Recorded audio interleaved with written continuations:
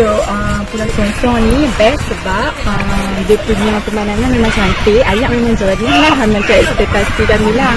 Mengharapkan yang jernih. Lepas tu ada kemudahan lah, boleh mandi apa semua tu, alhamdulillah. Boleh lepak-lepak family yang chill lah. Best Pulau Sonsong. Saya nama dari Sungai Petani. Saya dah cuti kat sini. Expect namanya kat sini dapat kita. Saya main pada kulit. Saya ada expect kata dapat ikan jenahak.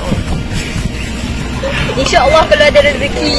InsyaAllah. Okey. Okey Kak. Okey, saya mai daripada Sungai Petani. Okey. Special ikan yang saya nak dapat tu, saya rasa ikan kerapu lah. Assalamualaikum.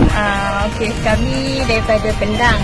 Lepas tu baru sampai kat Pulau Sonsong. Expectation bila tengok dekat TikTok ke apa, okey lah, sama lah. Okey, Pulau Sonsong cantik.